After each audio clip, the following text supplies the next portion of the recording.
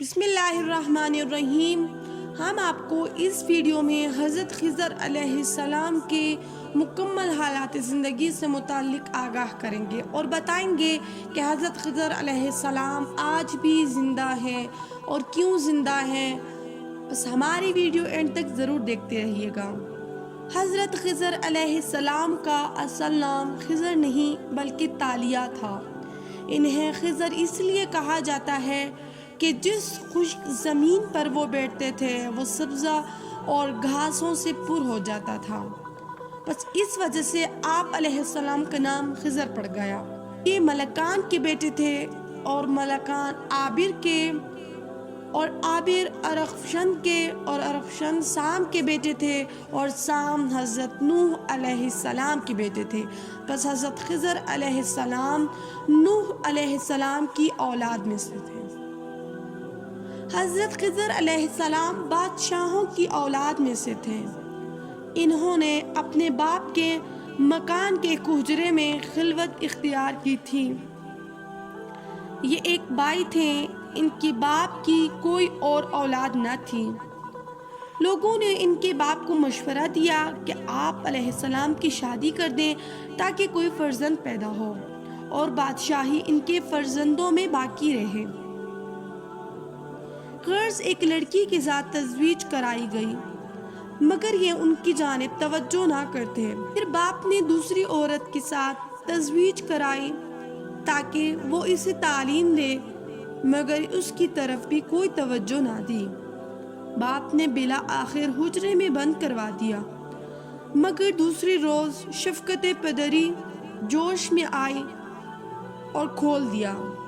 جب حجرہ کھولا تو اندر حضرت خضر علیہ السلام کو نہ پایا۔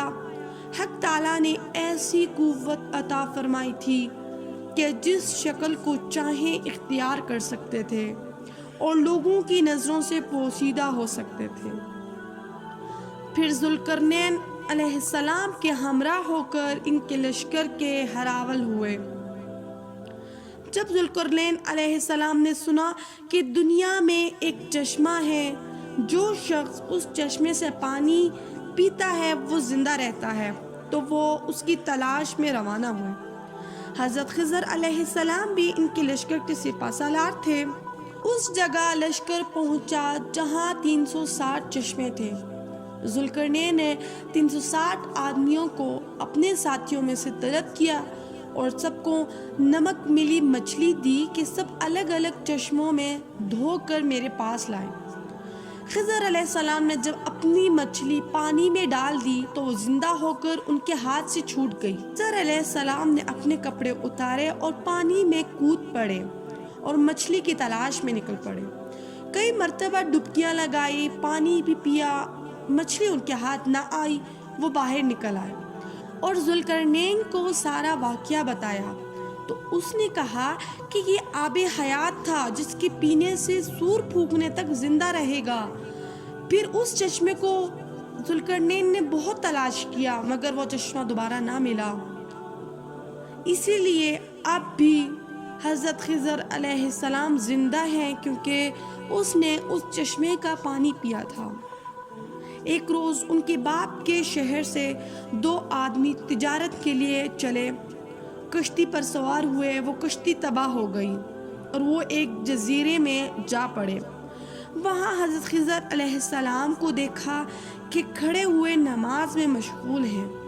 جب وہ نماز سے فارغ ہوئے ان دونوں کو بلا کر ان کے حالات دریافت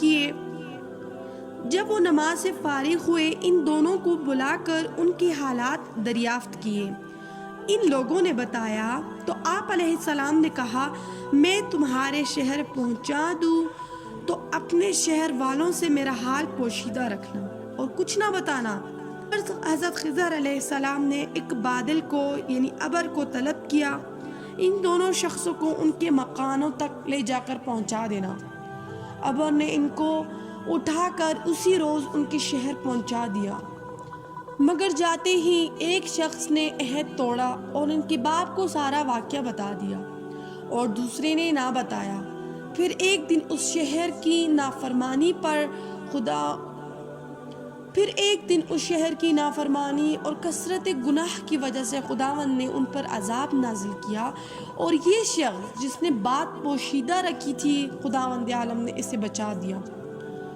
اسی طرح کئی روز گزرے۔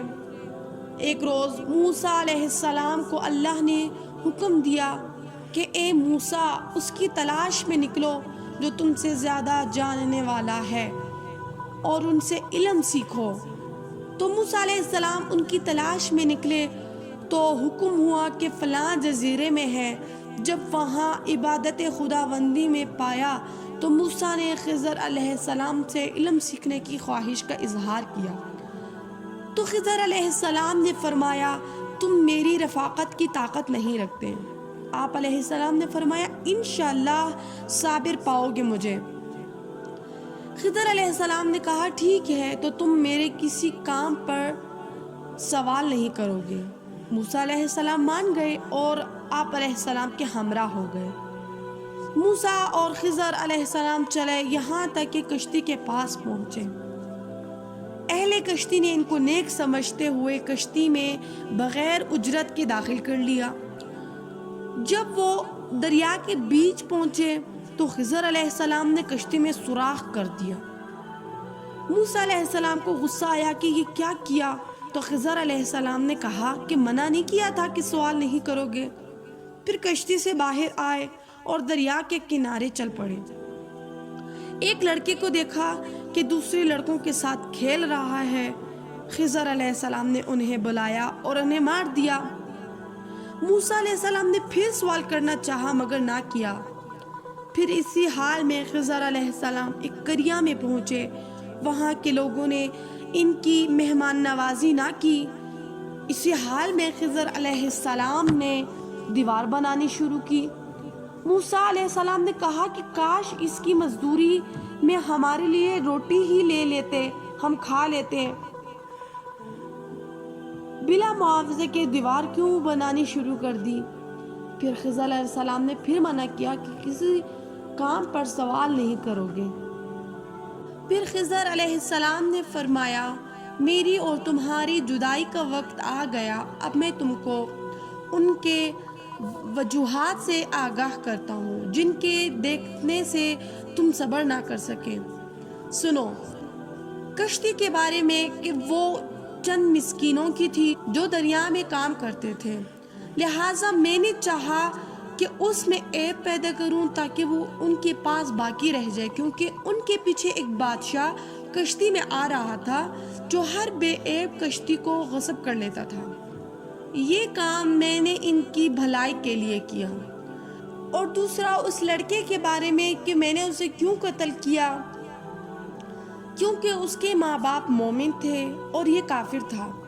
اگر وہ لڑکا بڑا ہوگا تو ماں باپ کو کافر بنائے گا، اس لیے خداوند عالم نے مجھے حکم دیا کہ اسے مار ڈالو، کیونکہ خدا نے چاہا کہ اس کے ماں باپ کو اپنی بخشش کے مہر تک پہنچائے۔ اور تیسرا دیوار درست کرنے کا سبب یہ دو لڑکوں کا خزانہ تھا جو یتیم اور نیک تھے۔ جب وہ دونوں لڑکے حد کمال تک پہنچے تو اپنے خزانہ کو حاصل کر لیں۔ بس حضرت خضر علیہ السلام غیب کا علم رکھنے والے پیغمبر تھے۔ یہ پیغمبر آج بھی زندہ ہیں۔ بس ہر قسم کے اسلامی سوالات کے لیے زندگی بدل دینے والے اقوال اور حکمتیں اور سبق آموز واقعات کو جاننے کے لیے ہمارے چینل کو سبسکرائب کریں۔